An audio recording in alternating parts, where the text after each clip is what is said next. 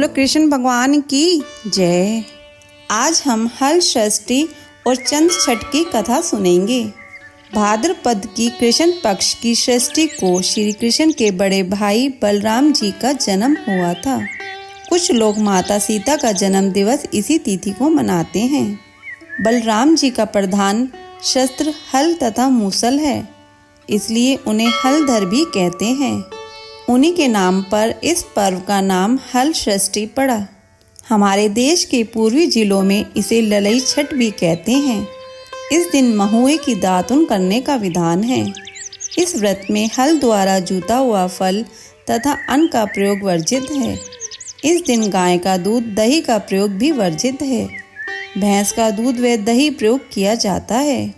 इस दिन प्रातःकाल स्नादि के पश्चात पृथ्वी को लीपकर एक छोटा सा तालाब बनाया जाता है, जिसमें झरबेरी, पलाश, गूलर की एक एक शाखा बांधकर बनाई गई हर छठ को गाड़ देते हैं और इसकी पूजा की जाती है। पूजन में सतजना, गेहूं, चना, धान, मक्का, ज्वार, बाजरा, जौ आदि का भुना हुआ लावा चढ़ाया जाता है। हल्दी में रंगा हुआ वस्त्र तथा स्वाग सामग्री भी चढ़ाई जाती है। हे देवी, अपने गंगा द्वार, कुशावत, विल्वक, नील पर्वत और कनखल तीर्थ में स्नान करके भगवान शंकर को पति के रूप में प्राप्त किया है। सुख और सौभाग्य देने वाली ललिता देवी, आपको बारंबार नमस्कार है। आप मुझे अचल सुहाग दीजिए। एक गर्भवती ग्वालिन के प्रसव का समय समीप था। उसे प्रसव पीड़ा होने लगी थी। उसका दही मक्खन बेचने के लिए रखा हुआ था।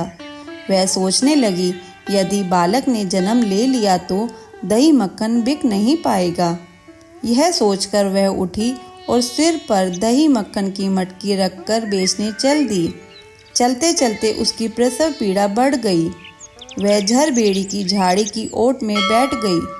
उसने एक पुत्र को जन्म दिया। अल्हड़ ग्वालिन ने बालक को कपड़े में लपेटकर वहीं लिटा दिया और स्वयं मटकियां उठाकर आगे बढ़ गई। उस दिन हर छठ थी। यद्यपि उसका दूध व मक्खन गाय भैंस का मिला जुला था, पर उसने बेचते समय यही बताया कि यह केवल भैंस का है, इसलिए उसका दूध दही बिक गया। जहाँ ग्वालियन ने बच्चे को छिपाया था, वहाँ एक किसान हल चला रहा था। उसके बैल बिदक कर खेत की मेंढ पर जा चढ़े। हल की नोक बच्चे के पेट से टकरा जाने से बच्चे का पेट फट गया। किसान ने तत्काल झरबेड़ी के कांटों से बच्चे के पेट में टांके लगाकर उसे वहीं पड़ा रहने दिया। ग्वालिन ने लौटकर बच्चे को मृत पाया। ग्वालिन ने सोचा, यह मेरे पाप का फल है। मैंने आज हर छठ के दिन व्रत करने वाली अनेक स्त्रियों को गाय का दूध दही बेचकर उनका व्रत भंग किया है। उसी का मुझे दंड मिला है कि मेरा बच्चा मर गया। उसने सोचा, मुझे लौटकर अपना पाप स्वीकार कर प्रायश्चित करना चाहिए। वह लौटकर वहां आई जहां उसने दूध दही बेचा था।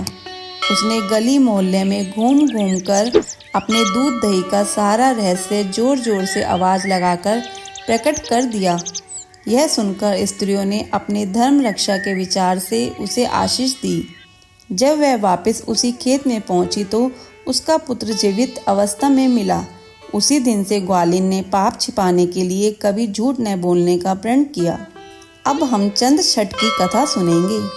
भाद्रपद की कृष्ण पक्ष की षष्ठी को हल षष्ठी एंड चंद छठ मनाया जाता है। इसका व्रत कुंवारी कन्याएं रखती हैं। इस व्रत में खाना पीना वर्जित है। एक पटरे पर जल का कलश रखते हैं। उस पर रोली छिड़क कर 7 टीके काढ़े जाते हैं। एक गिलास में गेहूं रखे जाते हैं एवं ऊपर से इच्छा अनुसार रुपए रखे जाते हैं। हाथ में गेहूं के 7 दाने लेकर कहानी सुनते हैं। इसके पश्चात चंद्रमा को अर्घ देते हैं। गेहूं तथा रुपया ब्राह्मण को देते हैं। चंद्रमा को अर्घ देने के पश्चात लड़कियां व्रत का पारण करती हैं। किसी नगर में एक सेठ और सेठानी रहते थे। सेठानी कुछ मासिक धर्म के समय भी बर्तनों को स्पर्श करती फिरती थी। कुछ समय पश्चात सेठ और सेठानी की मृत्यु हो गई। मृत्यु पश्चात सेठ को बैल और सेठानी को कुतिया की योनि प्राप्त हुई। दोनों अपने पुत्र के घर में रहते थे। बैल खेत जोतता और कुतिया घर की रखवाली करती थी। पिता का श्राद्ध था। पत्नी ने खीर बनाई। वह किसी काम से बाहर गई तो एक चील खीर के बर्तन में सांप डाल गई। बहू को इस बात का पता नहीं चला, पर कुतिया यह सब देख रही थी। उसे पता था कि खीर में चील सांप गिरा गई। कुतिया ने सोचा कि इस खीर को खाने से ब्राह्मण मर जाएंगे। अतः कुतिया ने खीर के भगोने में मुंह डाल दिया। गुस्से से भरकर बहू ने कुतिया को जलती लकड़ी से मारा, जिससे उसकी रीढ़ की हड्डी टूट गई। बहू ने वह खीर फेंक दी और दूसरी खीर बनाई। जब ब्राह्मण भोजन कर चले गए, परंतु बहू ने कुतिया को जूठन तक न दी। रात होने पर कुतिया और बैल बातें करने लगे। कुतिया बोली, आज तो तुम्हारा श्राद्ध था, तुम्हें तो खूब खाने को मिला होगा। मुझे तो आज कुछ भी खाने को नहीं मिला, उल्टे मेरी पिटाई और हो गई। उसने उपरोक्त खीर और सांप वाली बात बैल को बता दी। बैल बोला, आज तो मैं भी भूखा हूँ, कुछ खाने को नहीं मिला। आज तो और दिनों की अपेक्षा काम भी अधिक करना पड़ा। बेटा और बहू बैल और कुतिया की वार्तालाप सुन रहे थे। बेटे ने पंडित को बुलाकर पूछा कि उसके माता पिता किस योनि में हैं। पंडितों ने बताया कि माता कुतिया योनि और बाप बैल की योनि में तुम्हारे ही घर में हैं। लड़का सारा रहस्य जान गया और उसने अपने माता पिता बैल और कुतियों को भर पेट भोजन कराया और पंडितों से उनकी वर्तमान योनि से छूटने का उपाय पूछा। पंडितों ने परामर्श दिया कि भाद्रपद की कृष्ण पक्ष की षष्ठी को जब कुंवारी कन्याएं चंद्रमा को अर्घ देने लगेंगी तो यह दोनों प्राणी यदि अर्घ के नीचे खड़े हो जाएं तो इनको इनकी योनियों से छुटकारा मिल जाएगा। तुम्हारी माँ ऋतुकाल में सब बर्तन छूती थी, इसी कारण इसी दोष से इसे यह योनि मिली थी। आने वाली चंद्र षष्ठी पर लड़के ने उपरोक्त बातों का पालन किया, जिससे उसके माता पिता को कुतिया एवं बैल की योनि से छुटकारा मिल गया।